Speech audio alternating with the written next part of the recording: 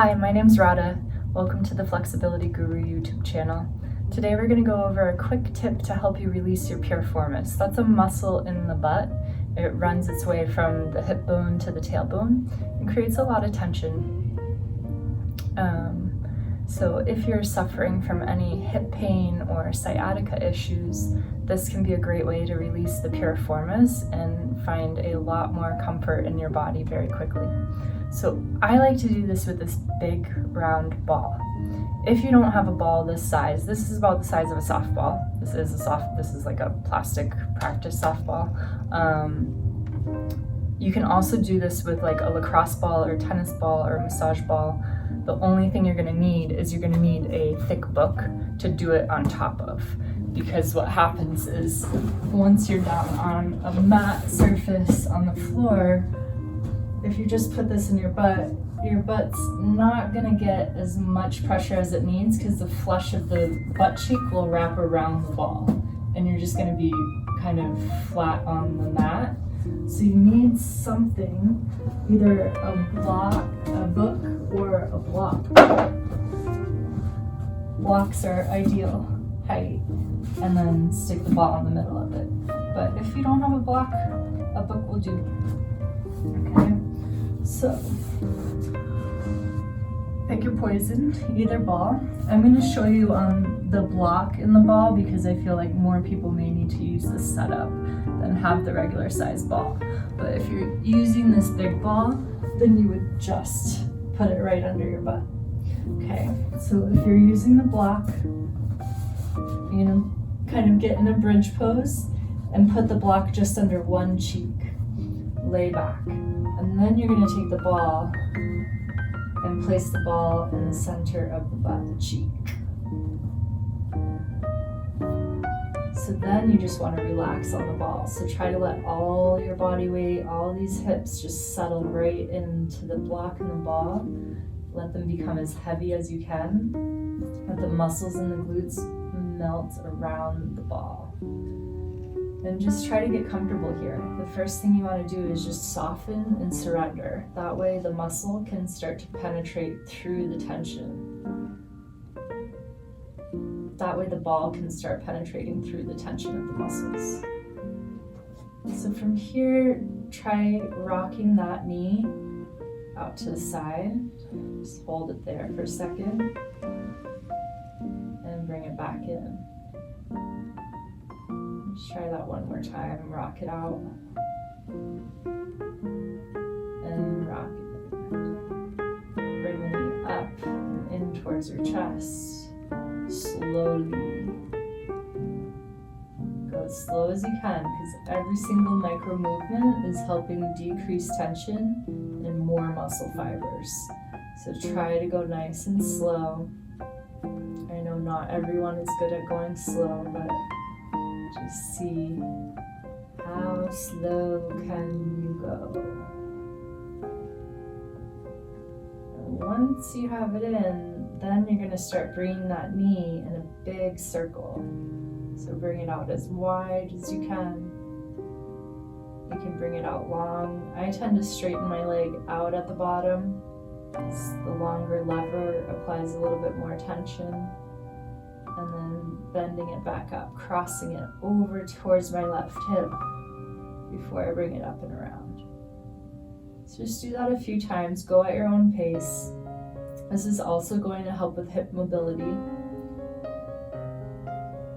And so anywhere you want to kind of move it a little side to side, just trying to break up more tension. Just feel free to listen to your own intuition here.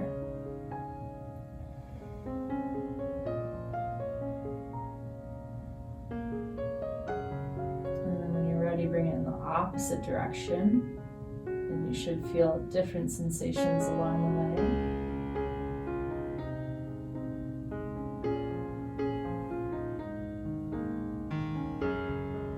Good. You can bring the foot down and you're just going to move the ball to a different spot. So I tend to move mine up higher. We carry a ton of tension right below this hip girdle, like at the top of our glutes. And so I think it's best to move upwards And I like to go out kind of towards where all these different glutes attach. There's a lot of different muscles layered in the butt, and they kind of can create a lot of tension back there. So just move the ball, find a good spot, experiment. You don't need to like find one spot and go with that. Just move it to a few different spaces, put all your weight on it, and see, oh yeah, that's the spot. So then we're gonna just do the same thing again one more time. Bring the knee in towards the other knee, and then bring it out wide. Remember to breathe.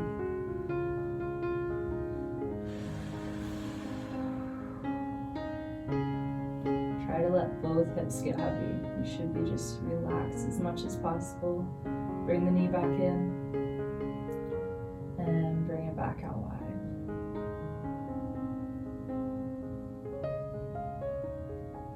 Back in, and now you're slowly going to lift your foot up off the floor. So start to lift it up. Good. Pull the knee in towards your belly.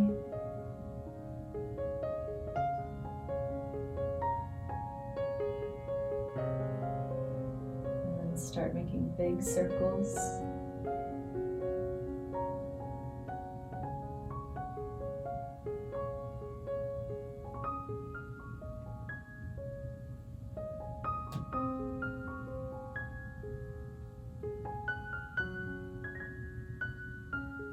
Opposite direction.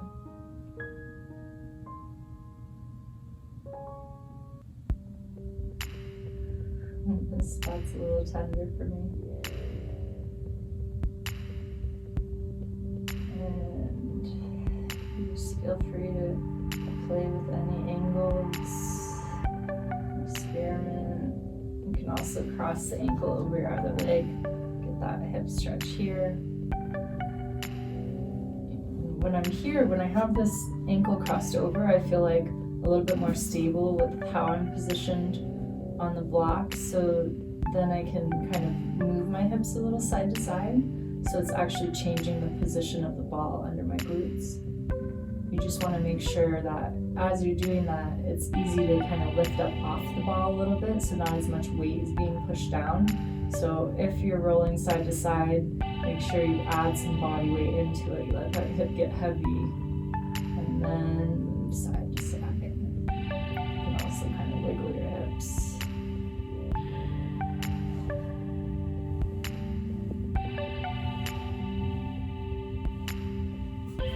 You can see if any other spot feels like it needs attention.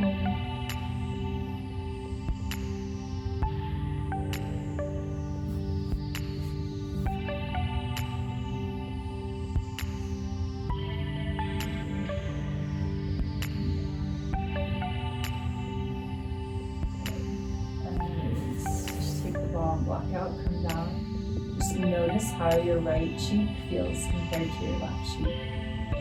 You should feel a fairly big difference between the two. There should be more warmth and circulation, and it should just feel like, it's kind of like my left cheek right now feels hard, and my right cheek feels just like flowing, like I can just feel the blood flows better, and there's not as much tension, the muscles are not gripping or holding on as much as they were.